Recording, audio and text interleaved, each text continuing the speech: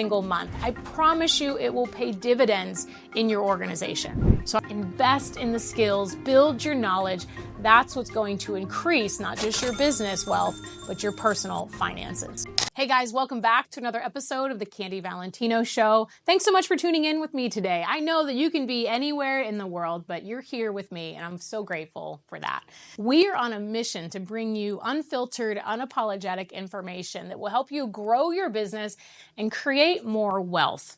And if you want to make this happen, one of the greatest things that you can do as an entrepreneur for yourself and for your business is going to be this one key tactic.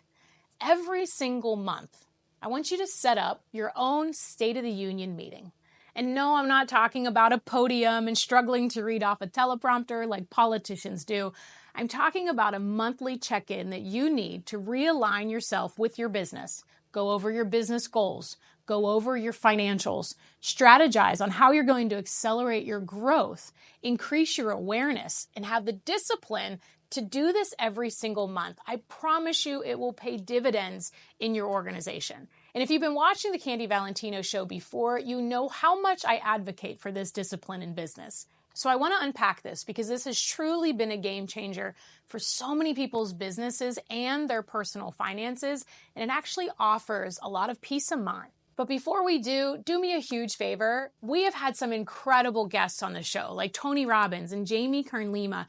And in order to continue to bring you the best founders and entrepreneurs, I need you to just do one simple favor and subscribe to the show. This will help us get you great business guests, topics, and help you achieve your business goals. So hit that subscribe button down at the bottom right, and let's dive in to my signature State of the Union meeting. In my last book, Wealth Habits, we have heard such positive feedback from people all over the world that have leveraged this strategy and use it every single month. So I thought, why not do an entire episode on this?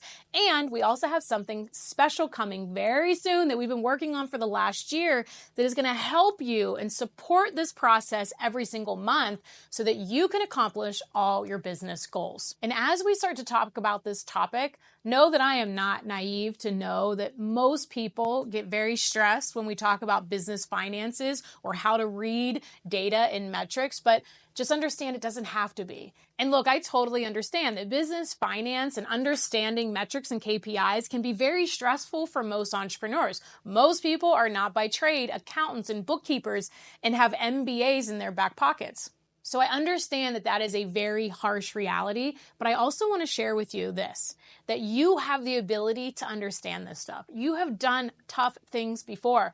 You never knew how to raise a child. You never knew how to be in a relationship. You never knew how to build any wealth. And I guarantee you probably weren't told how to build a business to make it sustainable and scalable and something that's very successful. So just because you don't know this now doesn't mean that you don't have the ability to develop that knowledge. And trust me, this was uncomfortable for me. Like decades ago, I didn't know all of the stuff that I know now. And I remember the anxiety that would form because you're sitting there looking at a screen that you can't understand the language. But just like if you were going to learn another language in another country, eventually repetition, you'll eventually develop the skill. So this is something that you can change by investing time into learning it. And the State of the Union meeting will radically shift your business and will move the needle in your personal wealth as well. All right, you can tell I'm super passionate about this because I know that it works and it's really straightforward. Let's walk through step by step how you can do it. In 2023, it was reported that over 64% of business owners do their own bookkeeping. That number is extremely high. And I want to tell you that if you don't have someone in your business right now outside of a family member or yourself, and you are not an accountant or a bookkeeper, you should probably outsource your bookkeeping because all of the tax tips and strategies that you hear me talk about, if you don't have proper bookkeeping, you're putting yourself at risk to take a lot of these massive deductions that are yours to take. 60% of all business owners feel that they are not knowledgeable when it comes to accounting. This is why taking just one day every month, and not even a whole day, a couple hours every month to go over your financials is essential to your growth. The IRS audits on average 642,000 businesses annually, which is about 2.5% of all small businesses. Small business is defined by the IRS as businesses that do less than $26 million in annual revenue. So if that's you, you want to make sure that you have your ducks in a row, because an audit is not fun. They are definitely stressful. And you want to make sure that you're working with an experienced bookkeeper that can be proactive in keeping your financials in order so that you can develop this skill of understanding and measuring what matters. There are 4 steps in order for you to do this to make it a fun and enjoyable experience. Number 1, set this meeting up with yourself once a month. Pause this, stop watching, pull out your phone, pull up your calendar, and I repeat, put it on your calendar. Don't move it. Your profits, your financial future, your bottom line is worth you spending 2 to 4 hours a month. Put this appointment on your calendar just like you were doing a sales call. If it's not on your calendar, it won't be a priority, and you will find any excuse in the world to put this off. You should make this appointment with yourself every single month between the 10th and no later than the 15th so that your bookkeeper can reconcile your bank accounts and give you the proper reporting.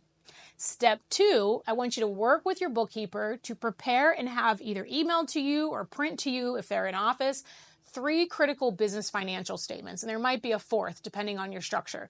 It's your income statement or your P&L, your profit and loss, your balance sheet, and your cash flow statement. If you have investors, the 4th would be the shareholders' equity statement. Print those, have them prepared, and take those with all of your bank reconciliation, any of your business accounts or separate accounts that you may use for your business. And look, if you don't have a business right now and you're tuning into this for the investing strategies, you can do this in your personal finances too. You'd want to review your credit card statements, your bills, your loans, as well as your personal financial accounts. Step 3 is to also then, for businesses, print and prepare or email. I like old school print. That's why you will always hear me say print. But you want to prepare the reports for your point of sale system, your POS, your CRM, your customer relationship management reports, as well as any corresponding sales or customer data or employee data. This will help you start to understand what to track as it regards to your finances and your business metrics. So make sure to use the POS or CRM or sales system that you use and leverage that information and gather those reports. Now, you have all of this data, right? You have all of these forms, you have all this paperwork, or you have all these emails, depending on how you operate. This is the best part. I save the best for last. Step 4, go to a restaurant, a resort, a cute little coffee shop that you love. Just take everything with you. Get out of the office or your house if you work from home. Find a great spot with a great latte or even a great glass of wine if that's your thing.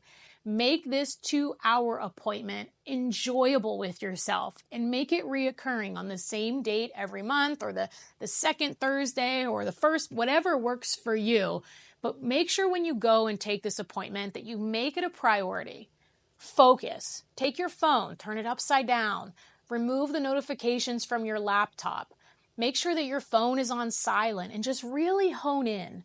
Remember that just like if you went to a different country to learn the language, you would need to take in the environment of the culture. You would learn from people speaking it. And so with this, you're going to take this and just start to immerse yourself in the data. See what those financials are telling you. Start to look at month-over-month comparisons. Start to look at last year versus this year. Just doing the work and starting to ask the question, what's my business telling me? What is my key metrics, whether it's my sales revenue or my profitability or my number of customers or my retention rate? What are these key metrics telling me? And start to see if you have any similarities occurring or if you start to see increases or declines. This will start to show you what needs improved, what's actually been better, what could be better, right? Depending on your business structure and the state that your business operates in, this could also be a great time that you could record minutes in your corporate book. Business structure and the importance of keeping and recording minutes is really important, and maybe someday we'll do a standalone episode on that. Let me know if that's something that you want to hear more about. And because I can't leave you hanging, here's one quick little short of this. Generally speaking, most states require corporations to do regular meeting minutes. So you may be required to hold regular shareholder meetings and keep minutes of those meetings. This way, if you're ever sued or become part of a lawsuit, any good business attorney is going to ask to see your corporate book in an effort to discredit your business and even pierce the veil of any corporation or maybe even LLC that you have. Now that you have everything together, you can do these minutes at the same time. And look, this may take a little extra time the first few times, but I promise you, you will get in the habit of pulling and reviewing these numbers with ease. And as I mentioned, start to just let those numbers speak. Understanding the numbers, knowing what they mean, seeing what's going in and out of your business is really going to tell you a story.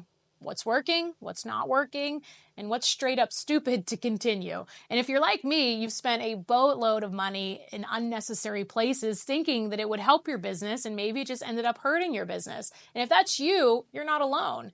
I don't want this to happen to you. And that's why the State of the Union meeting is one thing.